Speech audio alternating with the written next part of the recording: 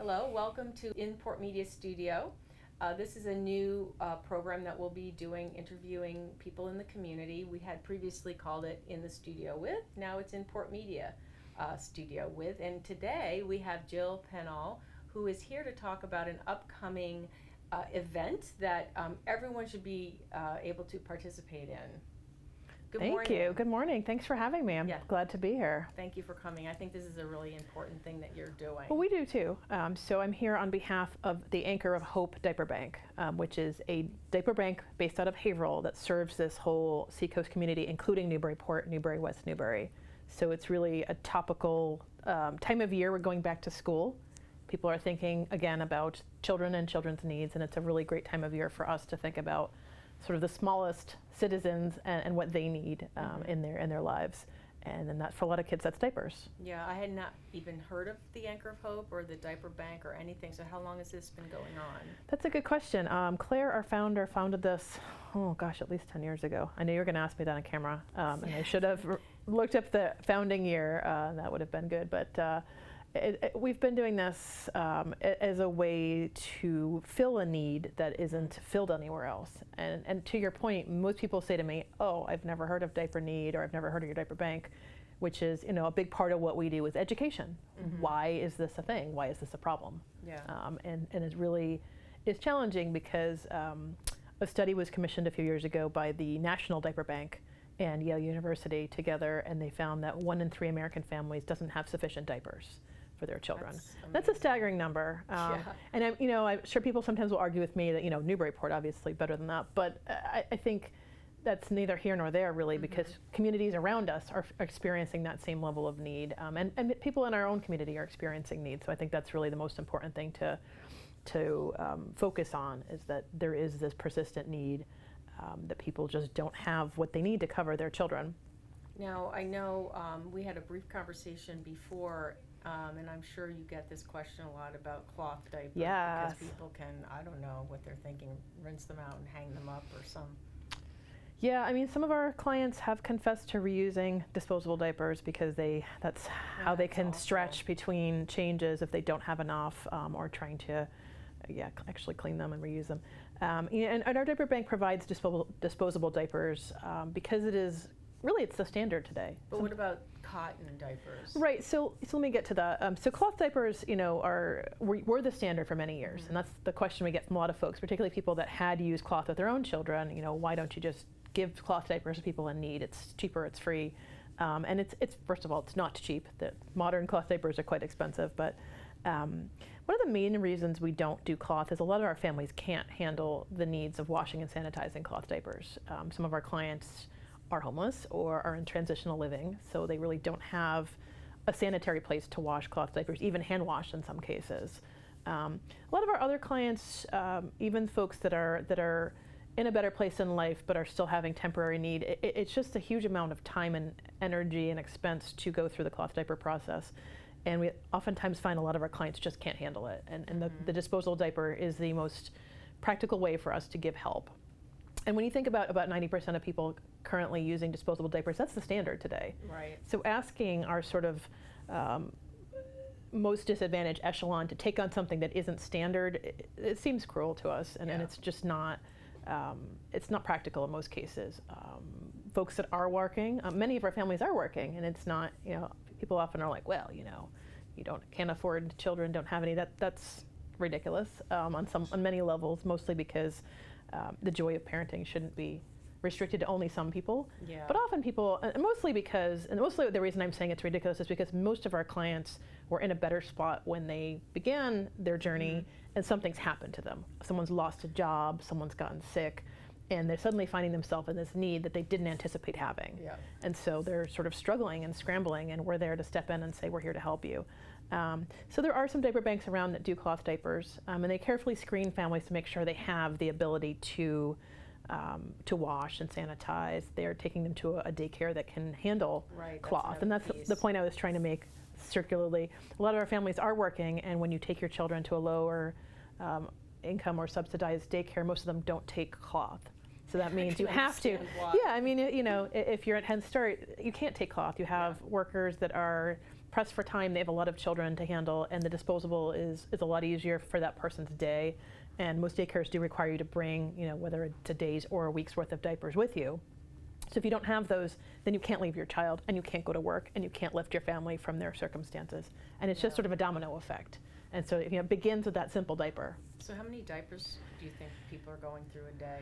Like the young family? We find that babies and toddlers, sort of 6 to 8, babies 8 to 10, or even 12, depending on the child. Wow. So if you're going to say 10 for a baby per day times 30 days of the month, that's 300 diapers a month, right? So we give supplemental diapers. We give people packages to help them stretch what they have and make it between changes. So where can we leave these diapers? So that's a great question. All over Newburyport and all over the surrounding area, we have collection boxes from September 1st to the 22nd of this month, of the upcoming month of September. And people can leave diapers. And we also, on the box, there's a note on where you can make donations if you wish to make a donation instead of actually buying diapers. Mm-hmm. We love donations, obviously, because we use them to buy diapers. There's a program through the government that allows 501c3 charities like ours to purchase diapers at a rock bottom price through jet.com. So, it's the absolute lowest price we can buy them. So monetary donations immediately go into purchasing more diapers. So people could also go to those websites, order you can really actually, low cost diapers. Absolutely. And you know what, people can't order them as low as we can, but what they can do is they can go to jet.com, make a donation, which we will use on jet.com to buy diapers. Yeah, that sounds you have to be a registered 501c3 recognized diaper bank to get that rock bottom price. Because they don't want just anybody saying, oh, I'm a diaper bank, give me cheap diapers. So we had to go through a process of getting registered and getting accepted, which we did, and that's been a boon to us for sure because we can really do bulk buys at the best price possible. So if I were going to make a donation, what's the size you need most, and do people buy a huge box? I mean, what are they? We'll take anything. We'll take anything for sure. Sizes 4, 5, and 6 are what we need the most. Those are sizes that tend to be used longer. Smaller kids go through the sort of newborn 1, 2, 3 sizes pretty quickly. And they're out of them. 4, 5, 6 kids tend to stay in them longer. And practically you can always take a larger diaper and tape it down. You can't take a small diaper and make it bigger. Duct tape or you don't want to do that. That's not a good plan. So the diaper donation boxes in Newburyport, to your earlier question, are at City Hall. They're at the YWCA. They're here at the Senior Center. They are also at the Emma Andrews Branch Library in the South End, so the small branch. Newburyport Youth Services. We've been really pleased to be partnering with Itsy Bitsy this year over in Salisbury, which is a great place for families to come, and birthday parties, music lessons, playing. So they've really generously offered to do a donation box there this year, which is great because a lot of families are going through there. We also have Phoenix Printing in Groveland, which is a year-round collection site. You can always drop diapers there anytime. Good to know. Yeah, and they've been a strong supporter from the beginning. They're really wonderful. And I think we're in progress with some possible locations in West Newbury and then all over Haverhill. But I'm assuming many of the folks who are watching today are probably in the Newburyport area and want to hear about their most local donation sites. And then I always say, if people can't make it to a donation site but they want to donate diapers, I will come get them from you. So you can reach us on Anchor of Hope Diaper Bank on either our website, aohdiaperbank.org, or through our Facebook page. So how many diapers do you raise or collect, or how many is even needed? I'd say we do about 7,000 a month. We put out about 7,000 diapers a month to our current clients. Year? Yeah. Wow. So and that's a drop in the bucket. We have a waiting list. We could do more. If we had more, we could do more. So people have to be a part of they come looking for the service and they qualify or something. Actually, like that's a great question too. How do we provide diapers? Because sometimes folks are like, well, I need a diaper. What do I do? And so we actually partner with existing social service agencies in the community so that our folks that are in need of help can really get one-stop shopping. If you're already getting help for family needs, you don't have to go here, here, and here. Especially if you don't have a car, using public transportation. Trying to go from place to place to get all your needs is challenging. Yeah. So that's why we use existing social service agencies to help us identify families with needs so that they can get them right where they already are, which is nice for us. So if a family is looking for diapers, I have on our website there's a list of our partner charities and then folks that are doing the direct distribution for us, which is nice. How many diapers will this fundraise? Well, you know, we always have big Diaper goals. fundraise. Yeah, we have big goals. I mean, we'd love to raise, I think this year our number is 30,000. We'd love to raise that many. You know, that would be almost 4 months worth of diapers for us, or a little bit more than 4 months. That would be awesome. But, you know, we're always happy with anything we can do because it's more than we had yesterday, more families we can help. I think in the last couple of years out of Newburyport, we've seen quite a number, a pretty good number. I think last year out of Newburyport we had about 4,000 or so. And then other communities, obviously, we band all those numbers together and the diapers we buy to make that total of 30. But I'd really like to see us do more because I think there's so many people that I talk to that have been so generous and wonderful once they found out. Right. And they're like, what? I didn't know this was happening in our community. And I say, yes, it is. And they're like, let me help you. Yeah. And so really just the education piece of the puzzle is really huge for us. Yeah. I mean, I'm surprised. I always wanted to use services. I don't know where I've been. I don't know if I just didn't see the box or I just wasn't really It's down by the gym. And I think, you know, if you're coming in for open gym time, it's a great place to drop. We've had a lot of success with that box because parents that are already coming in for open gym time on Tuesday, Wednesday, and Friday are seeing, hey, I'm already here. Toss some diapers into it. Definitely going to get. I'm glad it's at the senior center because you get people like myself who may not have kids with diapers or grandchildren either. I'm sort of in the middle. Yeah. Maybe grandchildren someday would be nice. Yeah.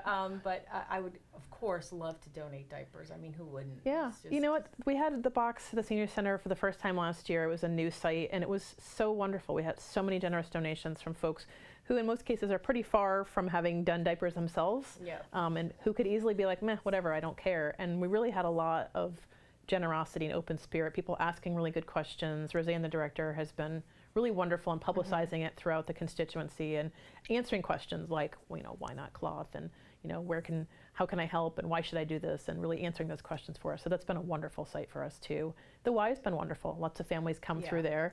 City Hall's been great because the City Hall employees, particularly Pam, our city nurse, Pam Palumbo, has really spread the word because it's a public health need. You know, kids that are in diapers that are dirty for too long can have health problems. They can be sick, they can cry, they can be exposed to child abuse because they're excessively crying, which is a factor in abuse cases. Oh, that's sad. It is sad, and it's sort of, you know, not that child's fault in any way. So however we can help them, and you know, it's such a temporary need. Like we can fill this. You know, in a couple years you'll be out of diapers. We can help you right now in your most formative years, when you're learning and growing and your brain is absorbing everything.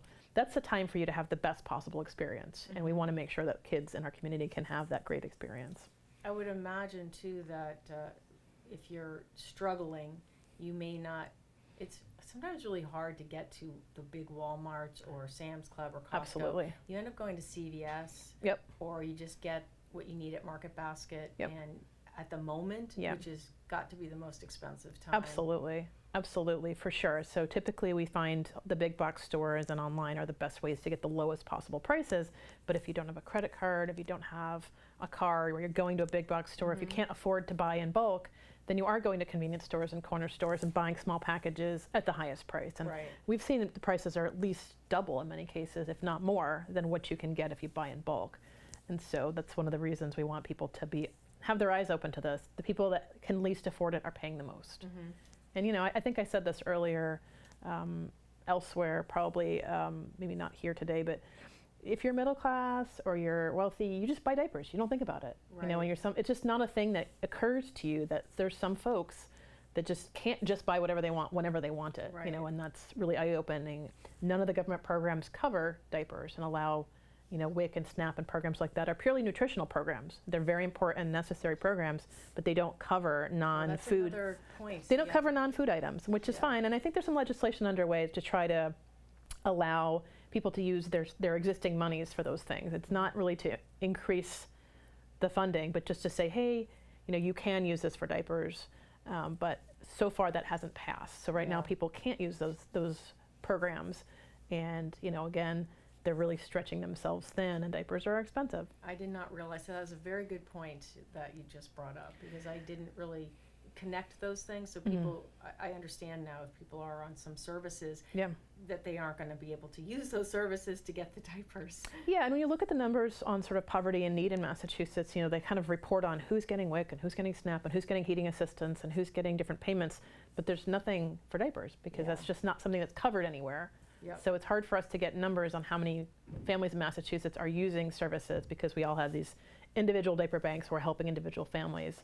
And it'd be nice if we could begin to track that so that we could quantify it for our state and for this region, but we know what the national picture looks like and we're part of that picture. Oh, that's great. Well, I'm so glad you spent a few minutes here. Thank you for having me. About diapers and the need, and I'm certainly going to be bringing some big things of diapers in. I can't imagine not having diapers to put on, my child. I think that would be really upsetting. It is, and it's really upsetting and socially isolating for families too, because if you have a child who's crying because they're dirty and you can't change them, then you don't go to story hour, and then you don't go to birthday parties, and you don't go to those picnics, and you don't go to public events that we have all around town because you don't want people to see that your kid isn't clean. Yeah. And that's just brings a whole new challenge to parenting, which is, as we know, it takes a village, but if you feel like you have to hide from your village, that makes it a lot harder. So we can help. We can help people to get out and to have experiences and let those kids have those great early life experiences that will change their whole lives. Yeah, wow. Who would think just such a simple thing? A diaper. I know. It's not the most glamorous. That's why people don't think about it. It's sort of like, oh, I want to give teddy bears to babies or onesies, but a diaper. But it makes the biggest difference. Yeah. Well, thank you so much. Thanks for having me. I'm really pleased to be here. Yeah. Thank you for watching, and we'll see you next time. Bye.